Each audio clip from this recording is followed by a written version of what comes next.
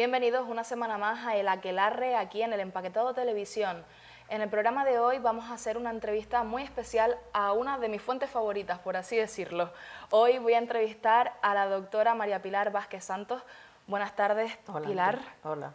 Encantada de tenerte aquí. Gracias a ti. Y quiero explicar un poco eso de mi fuente favorita, porque yo contacté hace varios meses con María Pilar para que me ayudaran algunos reportajes que estaba haciendo yo sobre la mujer, puesto que ella es doctora especializada en ginecología y obstetricia. Entonces quería que me ayudara un poco con esa visión especializada de un reportaje que hice titulado Oda al cuerpo femenino, Oda a la mujer, que lo pueden encontrar si desean leerlo en la revista Más Mujer, a la cual su directora le mandamos un fuerte abrazo, Rita Calero, que también estuvo acompañándonos en esta mesa. Asturiana, de origen asturiano, afincada aquí en Tenerife, desde hace muchos años. Pues sí, la verdad es que te agradezco muchísimo el que me hayas llamado para venir a esta entrevista, entre otras cosas porque me ha dado la oportunidad de conocerte, que como bien dices, nuestra conversación y nuestra amistad... Ha sido siempre vía telemática. Vía email, sí. Lo que hacen las redes sociales y La lo que verdad hacen que sí. en los medios de comunicación, los cuales soy una gran defensora de ellos. Pues sí. María Pilar, yo quería comentarle, quería primero que la gente la conociera, en el sentido de que me parece que tiene una historia muy interesante, en el sentido de un poco el mensaje que traigo yo hoy puesto, ¿no? The future is female, un poco esa reivindicación de la mujer en la ciencia, y luego también, pues por supuesto, hacer un programa bastante demandado entre el público, que es la especialización y hablar de medicina y hablar de su especialidad, de la ginecología y de esos tabúes, de esas dudas que suelen surgirnos a las mujeres a lo largo de nuestra vida. Entonces, para comenzar, me comentaba antes off the record que había sido la primera mujer en hacer una especialización aquí en el Hospital de la Candelaria, la de ginecología.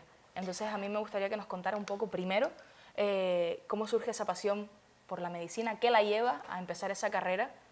A ver, yo procedo de la cuenca minera de Asturias. La gran adelantada ha sido mi madre siempre, porque se vino para aquí como emigrante y se vino a La Laguna, y allí nos inculcó que teníamos que estudiar primero hasta sexto, después el preu y después que teníamos la universidad ahí para hacer lo que quisiéramos.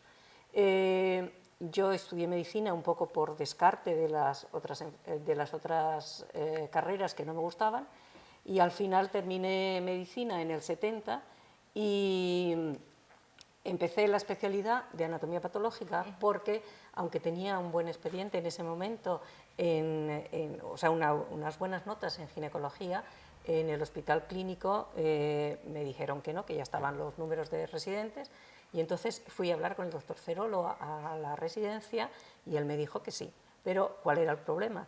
Que eran un coto cerrado de hombres, había pues 15 hombres, y yo era la primera mujer que intentaba entrar en esa especialidad. Fue difícil, no dejo de reconocer, no me arrepiento, pero fue muy difícil. Estuve allí 4 años y después no había una plaza oficial y me fui, abrí la consulta en La Laguna, de la cual me siento muy orgullosa porque era cuando empezaba la liberación de la mujer. Y entonces diríamos que las jóvenes de 16, 18 años iban a la consulta y tenían una confianza distinta con el ginecólogo de su madre cuando tenían algún problema. Entonces, desde ese punto de vista, mi consulta creo que ahí hizo una función. Y luego, pues hubo una primera época de esa consulta en la cual estuve haciendo partos, pero luego el problema familiar de hijos y todo esto ha hecho que dejara de hacer medicina de la tocología y me dedicara más al diagnóstico precoz y a la consulta de ginecología en general. Nos ha hecho un breve resumen, la verdad, y creo que se deja bastantes cosas importantes que hay que resaltar. La primera mujer en un coto cerrado que utilizó antes la palabra barrera, y yo creo que sí. que lo que tuvo que saltar es una barrera, esa comodidad, me imagino que se encontraría muchísimo, no micromachismos, porque en esa época no eran micromachismos, sino el machismo Pero conocido. no sé si era más el machismo de los hombres que tenía a mi alrededor o el de las matronas o otras enfermeras y mujeres que tampoco aceptaban el que una otra mujer diera órdenes superiores a ellas. O sea que los hombres sí, pero hubo muchos también que me apoyaron muchísimo y que son hoy mis grandes amigos. O sea que yo sí tengo que transmitir a las mujeres que lo que te propongas lo puedes conseguir. Por supuesto. Yo una vez que decidí que quería ser ginecólogo, bueno, me costó bastante, pero estoy orgullosísima de haber sido mujer, de haber estado trabajando por las mujeres. Y en este momento estoy encantada de ver a las jóvenes cómo se sacrifican por conseguir sus ideales, incluyéndote a ti, que estás tumbando barreras para llegar a conseguir lo que quieres. Muchas gracias, pero la verdad es que me parece súper curioso porque dentro de la propia medicina siempre hay como algunos puestos que se han considerado siempre como más para mujeres, ¿no? Como la enfermería, el tema de ser matrona, y claro, luego ya llegó un puesto como el suyo, que lo quería defender y estar, por supuesto, a la altura de cualquiera, ser una profesional como una casa, y que claro, el machismo nos afecta a todos y hay mujeres machistas, hay hombres machistas. Pero en el sentido contrario, por ejemplo, las matronas siempre eran mujeres. Claro. Sin embargo, hace como 10 años, creo yo, igual me equivoco, pero bueno, no más de 10 años, que empezaron los hombres a hacer matronas. Claro. Y entonces ha aparecido la figura del matrón, que efectivamente está ya integrado en los paritorios, en los ambulatorios como control de embarazos, pero es la misma figura que en la otra época no había mujeres. ¿Cuál es el problema ahora? Que ya no tenemos hombres ginecólogos. Ya creo que el 80% de los ginecólogos somos mujeres. Eso está bien porque hay se entiende uno mejor con una mujer, se expresa uno más con una mujer, aunque realmente los número uno siguen siendo hombres. Sí, eso es el problema de todas las ciencias en general. Yo creo que según las estadísticas, según los números, siempre en los puestos de poder siempre está ese techo de cristal, ¿no? En la que los puestos número uno, pues en cualquier área de la ciencia, incluyendo la medicina, que yo creo que incluso, si me apuro, es una de las áreas donde más se ha caminado por la igualdad en ese sentido, en el que hay cifras pues bastante equitativas. Sí, yo creo que hoy en día hay más mujeres que hombres, incluso en cualquier profesión, en cualquier especialidad. Por supuesto. Tengo esto aquí que me ha traído, que estoy encantada porque la invistieron miembro de la Real Academia de Medicina de Santa Cruz de Tenerife en el 2016. Bueno, ese fue otro hito porque no había ninguna mujer en la Real Academia de Medicina de Canarias y entonces nos presentamos a la convocatoria y entramos dos mujeres, la doctora Mercedes Cruz y yo. Pues pasa un poco lo mismo, es un terreno donde todos los médicos que terminaban en la Real Academia eran varones, entonces pues yo creo que nos ha llegado el turno. ¿Por qué? Primero por edad, segundo pues porque tenemos ya la misma formación que los hombres y tenemos la misma igualdad, entonces hemos llegado y vendrán, estoy segura que vendrán muchas más. ¿Y actualmente siguen siendo ustedes dos o hay bueno, muchísimas? De académicas de número, académicas correspondientes, hay muchas, diríamos que ahí sí que está igualado, pero en lo que es la academia de número, ahí es donde somos como 32 o 34, y ahí solamente hay estas dos, somos dos, pero en estas vendrán otras convocatorias que habrá muchas más seguro.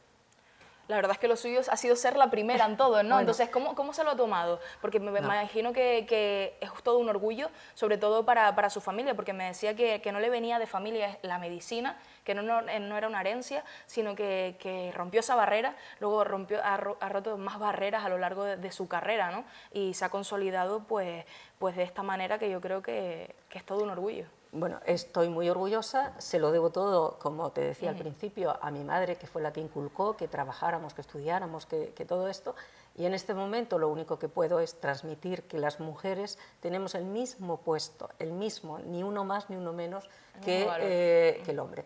Y me parece que en esa línea es en la que estamos, y quiero que y es en la que hay que continuar y trabajar. Exactamente. y que mis nietos y mis nietas consideren que son iguales. No hay uno mayor que otro, son exactamente iguales. Y la verdad es que tienen una auténtica suerte de tenerla como abuela, bueno, porque es un ejemplo, o sea, es que... pero el ejemplo es el trabajo. Es el trabajo, pero es una auténtica maravilla que es que si quieren mirar un referente no tienen que ir a los libros a buscar a alguien porque la miran a usted, pero se lo digo de verdad.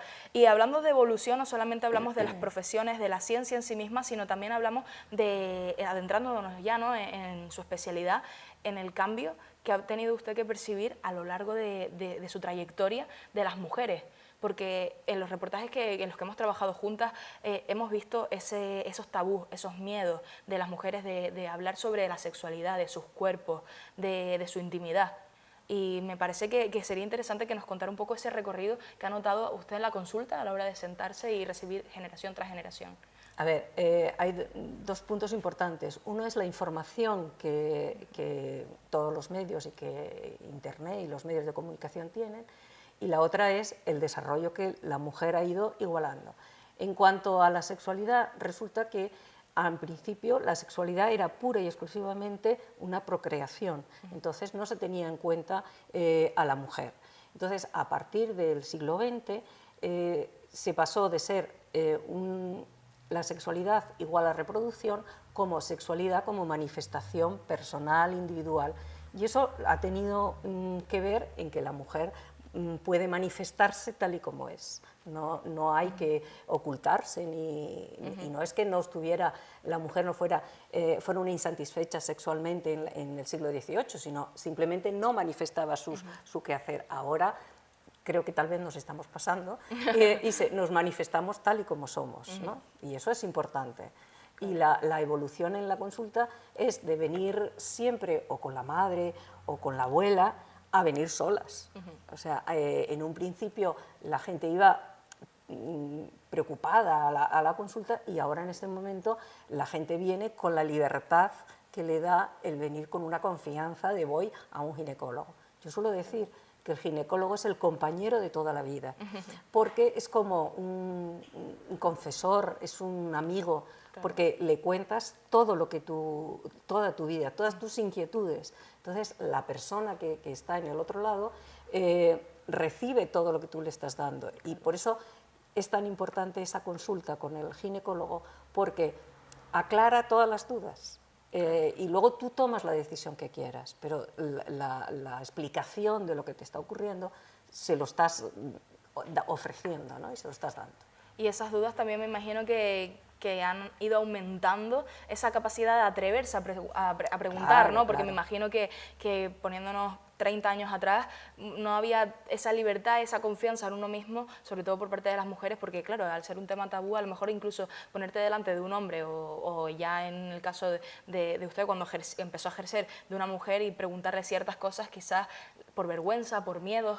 Creo que a lo mejor algo ha habido esa evolución también, ¿no? Pero esa evolución la hemos visto también en la familia. Era un tema, la sexualidad, la regla, el mantener una relación, no se hablaba en el núcleo familiar. Hoy en día la familia es un núcleo de conversación, y bueno, aunque con el tema de los teléfonos y de las unidades móviles, no sé si ya la comunicación también está alterada, pero es un núcleo de comunicación y de formación. Entonces, el que llega una mujer a la consulta y te dice que no disfruta con una relación, eso antes no te lo decían, claro, porque eran incapaces, aparte que se tenía idea de que, bueno, si no disfrutas, con que disfrute él es suficiente. Claro. Entonces, en este momento, la comunicación y el habla con la paciente es totalmente distinto. Por supuesto. Uno de los mitos también que hablábamos, y que justamente lo acaba de mencionar, es el de la menstruación. Yo recuerdo, tengo una anécdota que siempre la contaba en ese reportaje del que mencionaba anteriormente, de mi abuela, que justamente ella me comentaba que todas las niñas a su edad, cuando ya con 12, 13 o la edad que fuera, en ese entorno de esas edades, no se hablaba de la menstruación, se lo ocultaban a sus madres por vergüenza, por miedo. Y eso me lleva a la siguiente pregunta, que ¿cuál es el mayor mito que cree, bajo su experiencia, que se ha formulado en torno a la regla? Precisamente el tener que ocultarlo. O sea, no se puede decir que estoy con la regla. Las niñas o no van o no iban, por ejemplo, a las piscinas o a eso porque estabas con la regla, no te podías lavar el pelo porque estabas con la regla, entonces había que ocultarlo. Hoy en día está clarísimo que lo que hay que hacer es mantener la misma actividad diaria con menstruación y sin menstruación. Es una cosa que está con la utilización del Tampax, de la copa menstrual, de las compresas o de lo que cada persona individual utilice, puedes hacer una vida totalmente normal. Y hay procesos, por ejemplo, el dolor, o hay procesos como la endometriosis, que pueden alterar un poquito esta vida, ¿no? Pero como cualquier enfermedad o cualquier proceso que te altere momentáneamente, pues una jaqueca misma te puede alterar el que no puedas ir al instituto. Pero bueno, es una cosa, yo suelo decir que la menstruación es el pago de la feminidad. O sea, el hecho de que te venga la regla es porque eres mujer, es porque tus hormonas funcionan correctamente, claro. Y hay que tener un pago, pero eso no quiere decir que tú tengas que dejar de ir a trabajar por eso. Claro. O sea, en muy puntuales ocasiones, y porque además el dolor de la menstruación suele ser en un corto periodo de tiempo, con lo cual no te invalida durante 24 horas. Y también quería preguntarle en ese sentido, porque ha hablado de varios métodos como el Tampax, la compresa, la copa menstrual, si recomiendan en especial alguno de estos, porque ahora últimamente se habla muchísimo de la copa menstrual, de todos esos beneficios que tiene, y ya adentrándonos en esas preguntas que también nos han enviado muchísimas personas para consultarle, ¿cuál recomienda? ¿Hay alguna en especial? Yo creo que no se puede recomendar. Yo creo que cada mujer elige la que se sienta más cómoda. En un principio está claro que lo más cómodo de la niña recién que le haya venido la regla puede ser la compresa, pero está claro que el Tampax ha sido un gran adelanto y la copa menstrual tiene sus detractores y sus ventajas. Para mí, si la mujer se coloca una copa menstrual y se siente cómoda, no tengo nada en contra. El tema es que la mujer se sienta cómoda con eso que está utilizando. Todo lo demás varía. Por supuesto. Si le parece bien, tengo justamente aquí en el ordenador apuntadas varias de las cuestiones que nos han enviado y algunas que consideramos interesantes. Así que voy a proceder a hacer una serie de preguntas para que todas las personas que nos estén viendo desde casa, son preguntas generales, algunas más concretas, que nos sirven para que siempre tenemos esa duda, ¿no? Cuando vamos a un especialista, y vamos a aprovechar que la tenemos hoy con nosotros para ver si nos puede adelantar algo o resolvérnosla. La cuarta pregunta, ya que nos ha respondido varias mientras hemos estado hablando, era si podría explicar qué es la endometriosis y por qué está considerada como la enfermedad silenciosa. Justamente la acaba de nombrar, así que... Hombre, la endometriosis es la colocación de las células endometriales en un sitio donde no es normal, en el útero. Suelen ser focos que aparecen a lo largo de en la pelvis o en sitios más lejanos. ¿Qué pasa? Que actúa como si fuera el endometrio, con lo cual es hormonodependiente y causa dolor, causa un gran síndrome premenstrual, suele causar esterilidad y bueno, en general esas son las causas los síntomas más importantes. ¿Por qué silenciosa? Porque en un principio suele ser una enfermedad de gente joven y esos jóvenes o esas jóvenes que tienen dolor se les dice o se les interpreta que es el típico síndrome menstrual y no se les da más importancia.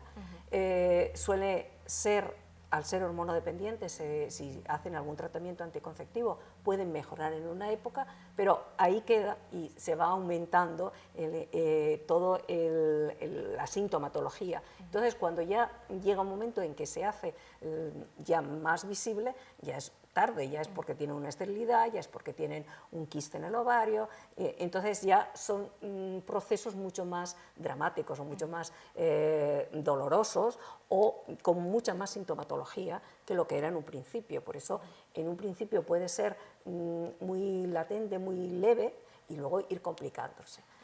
Pero es uno de los cuadros que más preocupa al ginecólogo, primero por los síntomas y después por las repercusiones que tiene.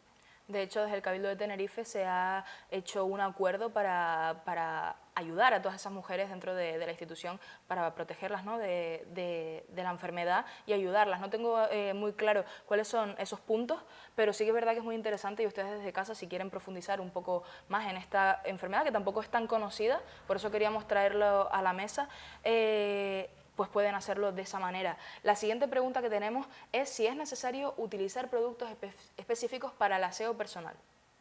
Bueno, yo creo que no. En principio hay que tener 2 o 3 cosas claras.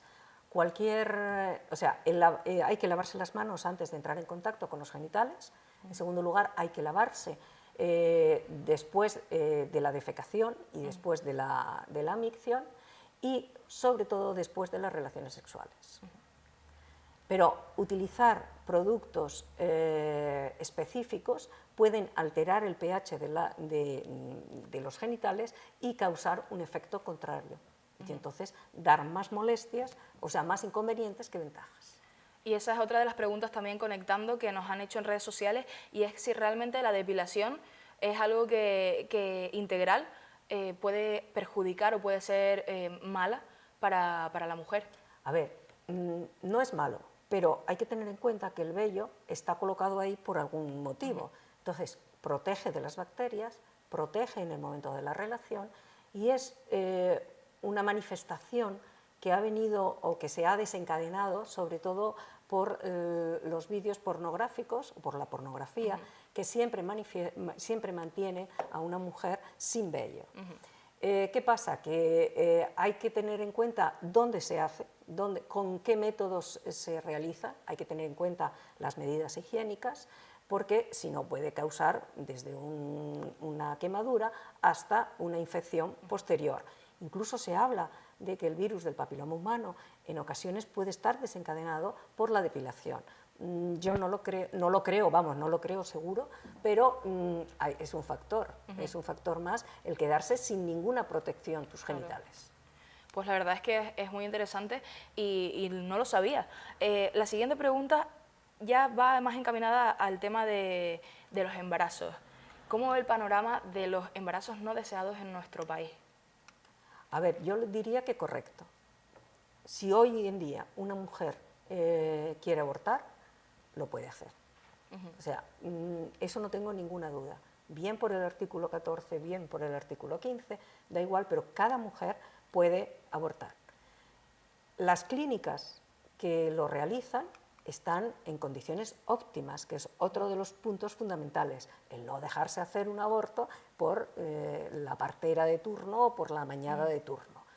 Y en último lugar, yo creo que tampoco el que la niña de 15 o 14 años tenga que tener permiso paterno, yo creo que es adecuado. Luego hay que analizar cada caso, sí. Pero en líneas generales yo diría que el control paterno o materno, vamos, me da igual, el control de los padres sobre una niña me parece importante. Y que se pueda realizar un aborto en cualquier persona hasta las 12, 14 semanas, me parece también bien. ¿Que no es lo aconsejable? De acuerdo. Entonces entramos ya en cada caso particular. Claro. Y que luego casos que sean por causa médica, con la firma de 2 ginecólogos, también se puede abortar, con lo cual yo creo que se puede pedir más, pero lo que tenemos es correcto. ¿Cuál es la primera causa, ya sea un embarazo deseado o no, esas primeras preocupaciones que le suelen llegar a la consulta? Porque me gustaría conectar esta pregunta concreta con una más general, ¿cuáles esas primeras consultas que suelen hacerle, que son las más generales, que la gente las mujeres se sientan en su despacho y le suelen preguntar?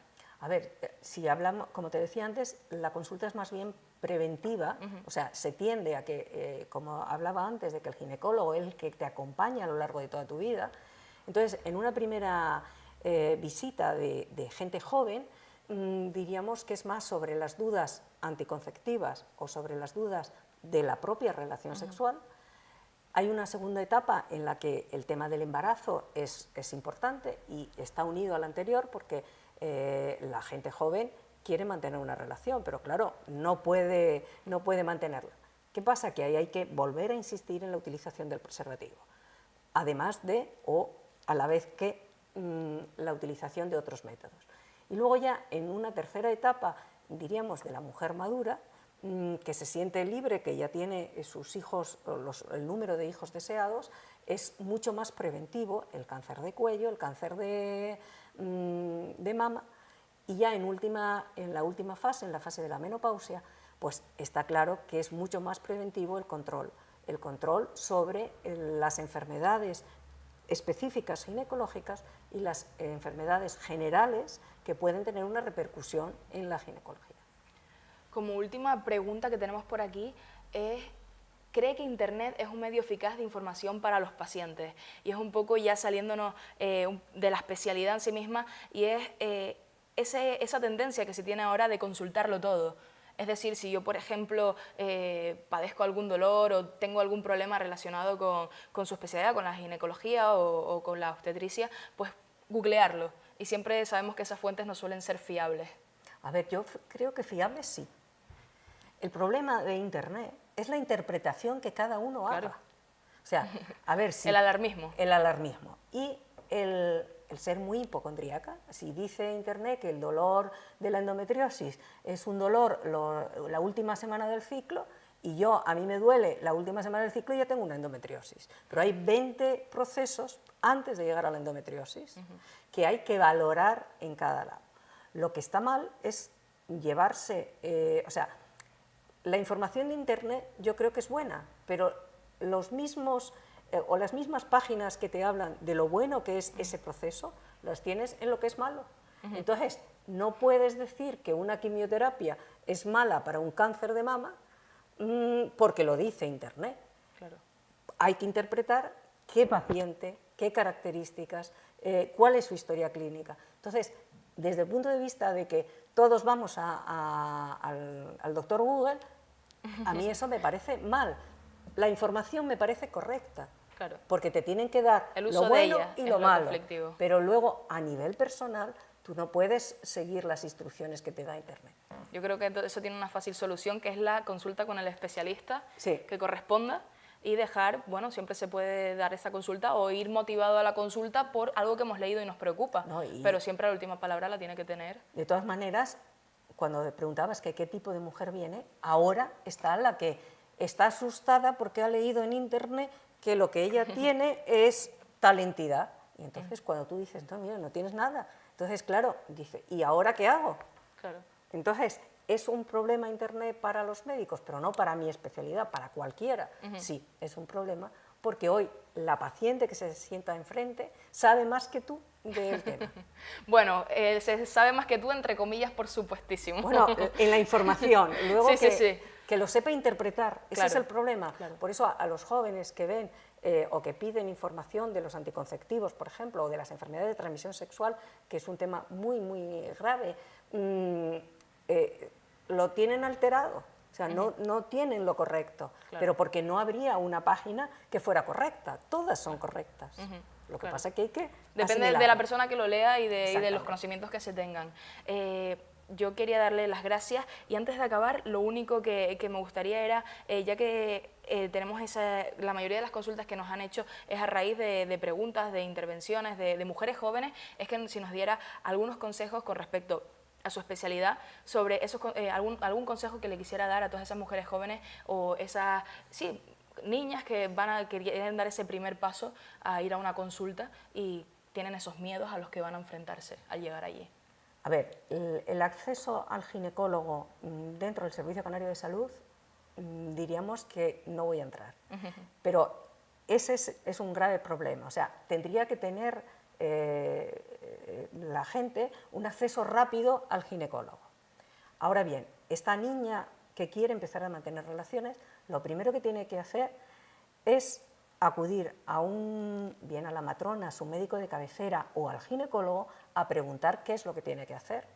O sea, qué es lo que es aconsejable para evitar las complicaciones. La primera complicación es la enfermedad de transmisión sexual, con lo cual lo primero que se le ha de recomendar es la utilización del preservativo. A partir de ahí depende de la historia clínica. si no tienes ningún problema, si tus ciclos son normales, bueno, pues puedes tomar pastillas anticonceptivas, pero ¿tienes que ir a la farmacia a comprarlo o tienes que consultar con el especialista? Yo creo que hay que consultar con el especialista. Pues yo creo que más contundente no se puede ser y eso es bueno en el sentido de que siempre hay que tratar los temas especializados, los temas sobre todo que conciernen con nuestra salud, con las personas que están preparadas para ello. Así que, María Pilar, muchísimas gracias por haber venido. Gracias por habernos inspirado, sobre todo en esta primera parte, y por habernos instruido en esta segunda. Muchísimas gracias y que sigas tan animada. Ese es un correcaminos, como me suelen decir.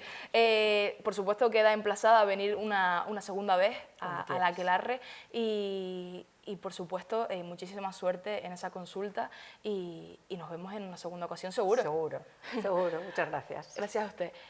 A ustedes de casa decirles que esperamos que este programa les haya servido para conocer un poco más la medicina, acercarse a una figura tan poderosa de la mujer en la ciencia como es la de la doctora María Pilar Vázquez, y nos vemos la próxima semana con otro de los temas tan apasionantes que solemos tratar aquí en el Aquelarre.